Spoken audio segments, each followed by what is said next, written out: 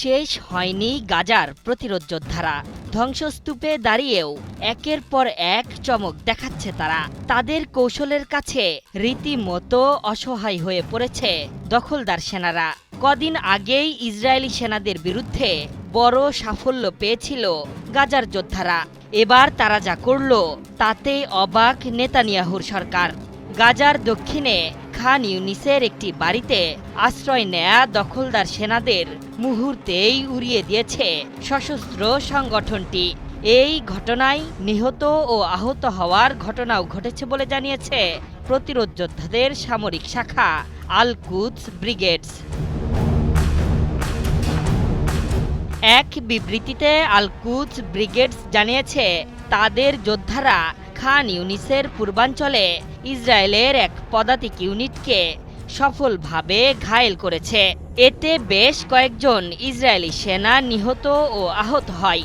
সংগঠনটি জানিয়েছে, ইসরায়েলি দখলদার সেনারা যে বাড়িতে আশ্রয় নিয়েছিল সেখানে আগে থেকেই শক্তিশালী বোমা পাতা ছিল। দখলদার সেনারা প্রবেশ করার পরপরই বিস্ফোরণের ঘটনা ঘটে। পাশাপাশি তাদের ওপর মেশিনগান ও আরপিজি দিয়ে গুলি চালায় প্রতিরোধ যোদ্ধারা। এমন পরিস্থিতিতে হেলিকপ্টার ব্যবহার করে আহত সেনাদের সরিয়ে নিতে বাধ্য হয় নেতানিয়াহুর বাহিনী। খান ইউনিসে দখলদার সেনাদের অস্তিত্ব এখন পুরোপুরি হুমকির মুখে। ভিন্ন আরেক অভিযানে তাদের G9 সামরিক বুলডোজার এবং মার্কাভা ট্যাঙ্ক ধ্বংস করেছে প্রতিরোধ যোদ্ধারা। এ ঘটনায় আরও বেশ কয়েকজন সেনা সদস্য আহত ও নিহত হয়েছেন। বিষয়গুলো গর্বের সাথে স্বীকার করছেন প্রতিরোধ যোদ্ধারা। কদিন আগেই সেনাবাহিনীর দিকে আঙ্গুল তুলেছিল গাজা যুদ্ধে অংশ নেয়া সাধারণ সেনা সদস্যরা। তাদের অভিযোগ, জেনে শুনে মৃত্যুর মুখে ঠেলে দেওয়া হচ্ছে তাদের।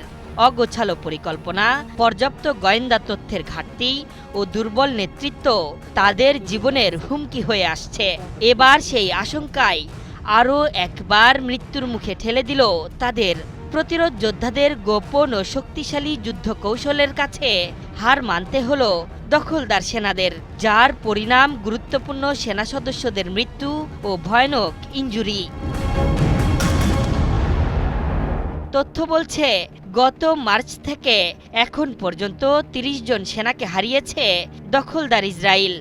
আর স্থলভাগে সামরিক অভিযান শুরুর পর থেকে সব মিলিয়ে ৪৩৮ জনেরও বেশি সেনা সদস্যের মৃত্যু হয়েছে বলে জানিয়েছে নেতানিয়াহুর বাহিনী। তবে নিজেদের ভরাডুবি আড়াল করতেই এসব ব্যর্থতার প্রকৃত তথ্য লুকাচ্ছে নেতানিয়াহুর বাহিনী, বলছেন নিরপেক্ষ সামরিক বিশ্লেষকরা।